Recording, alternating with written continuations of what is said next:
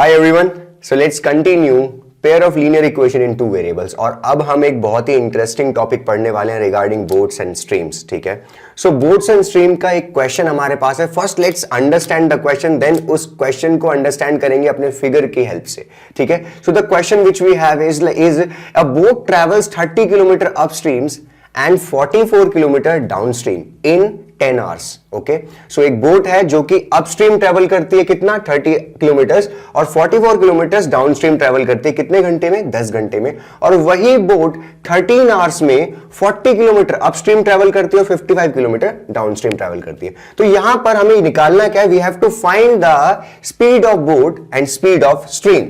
सो यहां पर दो कीवर्ड्स आए, वो कीवर्ड क्या थे, पहला था अपस्ट्रीम और दूसरा था डाउनस्ट्रीम। तो अपस्ट्रीम और डाउनस्ट्रीम का मीनिंग क्या होता है? ठीक है, सो लेट्स अंडरस्टैंड कि अगर मान लीजिए कि मैंने आपको बोला कि हम लेट्स गो फॉर स्विमिंग और हमने क्या किया, वी हैव डिसाइडेड कि हमें एक नदी में स्विम करना है। ठीक है, सो अगर आप नदी के साथ डायरेक्शन में स्विम करेंगे तो it is very easy to swim. Okay, और यू कैन से दैट कि आपकी स्पीड बहुत ज्यादा होगी। ठीक है, लेकिन वहीं पर अगर if you have to swim against the river और अगेंस्ट द स्ट्रीम तो आपकी स्पीड जो होगी वो कम हो जाएगी and it is difficult to swim. So let's understand this in this scenario. We have a boat, हमारे पास एक बोट है और ये एक स्ट्रीम है। सो लेट्स से कि स्ट्रीम की जो डायरेक्शन है वो ये है। ठीक है, सो अगर स्ट्रीम की डायरेक्शन ये है और हमारी बोट की भी डायरेक्शन यही है तो मैं ये कह सकता हूं कि जो हमारी जो बोट की जो एक्चुअल स्पीड होगी या फिर नेट स्पीड होगी वो क्या हो जाएगी, बढ़ जाएगी, वो इंक्रीज हो जाएगी। व्हाई? बिकॉज देखिए बोट तो खुद की स्पीड से ट्रेवल कर ही रही है और साथ में स्ट्रीम भी उसी डायरेक्शन में ट्रेवल कर रही है, तो उससे क्या होगा, उसकी स्पीड इंक्रीज हो जाएगी और इस केस को आप बोलते हो डाउन स्ट्रीम। क्या बोलते हो आप? Down stream. You can remember it कि जब भी हमारी बोट और स्ट्रीम की जो डायरेक्शन होती है वो सेम होती है तो वो केस होता है डाउनस्ट्रीम का। ठीक है, और अब now you can understand easily कि अपस्ट्रीम क्या होता है। तो अपस्ट्रीम इसका मतलब ये होता है कि जब भी बोट की जो डायरेक्शन है वो स्ट्रीम की डायरेक्शन के अपोजिट होती है। सो लेट्स से कि जो हमारी बोट है वो इस डायरेक्शन में ट्रेवल कर रही है। ठीक है, boat is travelling in this direction और हमारी जो स्ट्रीम है वो इस डायरेक्शन में ट्रेवल कर रही है। So this is stream and this is boat. तो अब हमें ये बात समझनी पड़ेगी कि स्ट्रीम की वजह से बोट की नेट स्पीड जो होगी वो कम हो जाएगी और इस सिनेरियो को आप क्या बोलते हो, you call this scenario upstream. इसे आप बोलते हैं upstream. Now let's start solving this question. तो इस क्वेश्चन में हमसे दो चीजें पूछी है, find the speed of boat and speed of stream. So the question have asked us कि आप बोट की भी स्पीड निकालिए और स्ट्रीम की भी स्पीड निकालिए। तो हमें दो चीज नहीं पता, तो मैंने आपको हमेशा बोला है कि जब भी आपको कोई वैल्यू नहीं पता होती आप उसको अज्यूम करते हो, एक वेरिएबल अज्यूम करते हो। So let's start with this question and let us assume the speed of boat as x and speed of stream as y। Okay, so let's suppose so here you have assume that कि जो speed of boat है वो x kilometre per our है और जो speed of stream है वो y kilometre per our है। So all of us know that कि अगर मान लीजिए कि मैं आपसे एक छोटा एक सिंपल सा क्वेश्चन पूछता हूं कि अगर स्ट्रीम जो है वो बहुत तेजी से ट्रैवल कर रही है इस डायरेक्शन में और बोट की जो स्पीड है वो बहुत कम है और आप क्या कर रहे हैं, स्ट्रीम के अगेंस्ट ट्रैवल करना चाह रहे हैं, तो उस सिनेरियो में क्या होगा कि आप अपनी बोट के साथ स्ट्रीम के साथ फ्लो करके चल जाएंगे। तो हमेशा हम ये अज्यूम करते हैं कि जो स्पीड ऑफ बोट है वो हमेशा स्ट्रीम से ज्यादा है जब भी आप अपस्ट्रीम ट्रैवल कर पा रहे हैं। ठीक है, सो यहां पर मैंने दो केसेस आपको बताए थे, एक बताया था अपस्ट्रीम और एक बताया था मैंने डाउनस्ट्रीम। सो अपस्ट्रीम वाले केस में क्या होता है कि जब भी आप स्ट्रीम की अपोजिट डायरेक्शन में ट्रेवल करते हैं तो अपस्ट्रीम स्पीड आपकी जो होती है वो ये हो जाती है x minus y kilometre per hour. अब यहां पर मैंने क्या किया, एक स्पीड में से दूसरी स्पीड को सबट्रैक्ट कर दिया, मतलब बोट की स्पीड में से मैंने स्पीड ऑफ स्ट्रीम को सबट्रैक्ट कर दिया। Why? Because you are travelling against the stream, तो आपकी जो नेट स्पीड होगी वो क्या हो जाएगी, कम हो जाएगी। Now what will be your downstream speed? आपकी डाउनस्ट्रीम स्पीड क्या हो जाएगी? So your downstream speed will be equal to x plus y kilometre per hour. तो आपकी जो स्पीड हो जाएगी x प्लस वाई किलोमीटर पर। ऐसा क्यों? क्योंकि आपकी बोट और आपकी स्ट्रीम की जो डायरेक्शन है वो सेम है। Now focus on the question और उसके अकॉर्डिंग हम कंडीशन लिखना शुरू करेंगे। सो अकॉर्डिंग टू क्वेश्चन हमें बताया गया कि 30 किलोमीटर अपस्ट्रीम और 44 किलोमीटर डाउनस्ट्रीम जो है कितने टाइम में ट्रेवल किया था, टोटल 10 आवर्स में। ठीक है, सो मैंने क्या किया, यहां पर एक छोटा सा केस बनाता हूं कि first we went upstream then we went downstream. तो अपस्ट्रीम हमने ट्रेवल किया 30 किलोमीटर्स और डाउनस्ट्रीम जो है हमने ट्रेवल किया 44 किलोमीटर और इस पूरी जर्नी को कंप्लीट करने में हमें कितना टाइम लगा, हमें 10 आवर्स लगे। सो ये पहला सिनेरियो था। और जो सेकंड कंडीशन हमको गिवन है, सेकंड सिनेरियो जो गिवन है वो ये है कि हम 13 आवर्स में 40 किलोमीटर जो है अपस्ट्रीम गए और 55 किलोमीटर हम डाउनस्ट्रीम गए और इसे ट्रेवल करने में हमें जो टाइम लगा वो था 13 hours. So guys you have to understand कि कुछ टाइम तो अपस्ट्रीम जाने में लगा होगा और कुछ टाइम डाउनस्ट्रीम आने में लगा होगा। टोटल टाइम आपको 10 आवर्स गिवन है, ठीक है। सो यहां से आपको इक्वेशन बनानी है and first of all you need to remember that जो टाइम होता है that is always equal to distance upon speed, distance upon speed. अब इसी फॉर्मूले का मैं इस्तेमाल करूंगा और दो इक्वेशन डेवलप करूंगा, ठीक है। सो फर्स्ट सिनेरियो को देखते हैं। 30 किलोमीटर्स है आपको ट्रैवल करना है और कब जाना है, अपस्ट्रीम जाना है। तो अपस्ट्रीम की स्पीड कितनी है, x माइनस वाई। तो कितना टाइम मेरे को लगेगा, सो आई कैन क्लियरली से कि डिस्टेंस अपॉन स्पीड जो है मेरे को टाइम देता है। तो डिस्टेंस मैंने ट्रैवल किया 30 किलोमीटर अपस्ट्रीम और जो मेरी स्पीड थी वो थी x माइनस वाई, क्योंकि अपस्ट्रीम में स्पीड जो होती है वो सबट्रैक्ट हो जाती है। क्या मेरा क्वेश्चन कंप्लीट हो गया? No.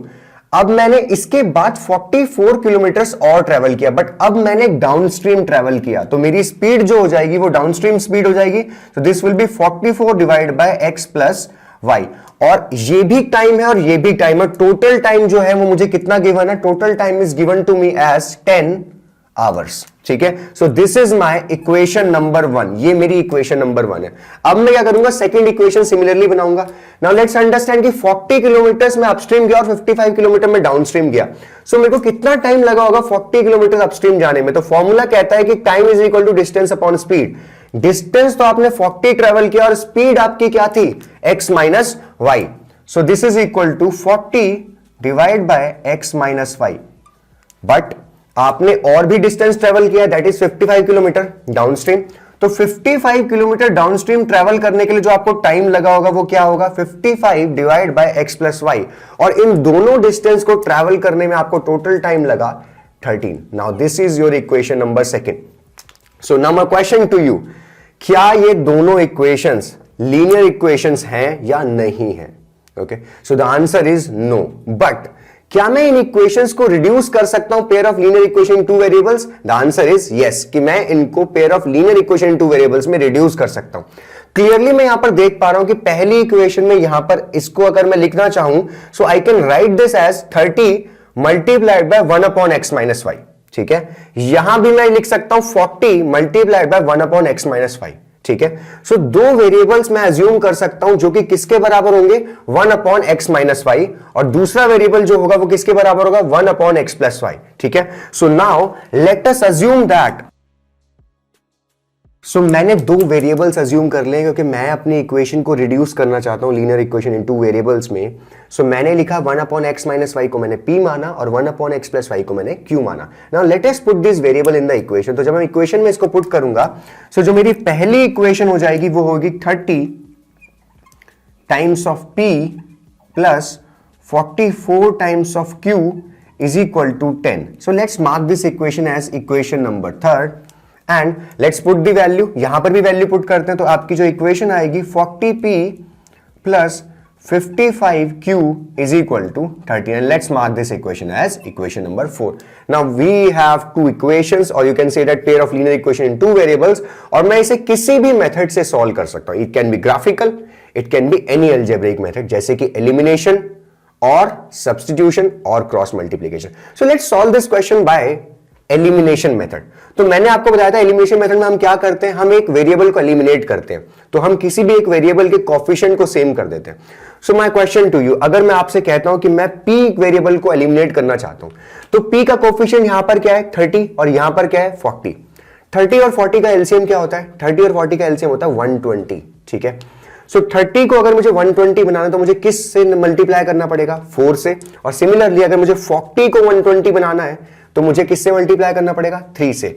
Always remember, find the LCM of coefficient and try to multiply your coefficient by some number कि वो एलसीएम के बराबर हो जाए। Getting my point? So now let's move on.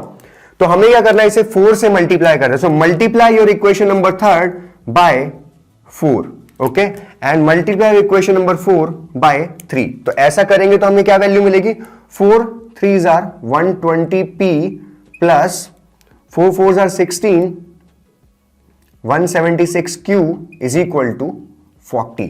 Now let's multiply this equation again. 3 into 40 will give you 120p plus 3 into this will give you 165q and this will be equal to 13 3s are 39. Okay, सो हम कौन सा method लगा रहे हैं, elimination method. तो हमें एक variable को एलिमिनेट करना है, तो सेकंड इक्वेशन को मैं सब्ट्रैक्ट कर दूंगा पहली इक्वेशन से।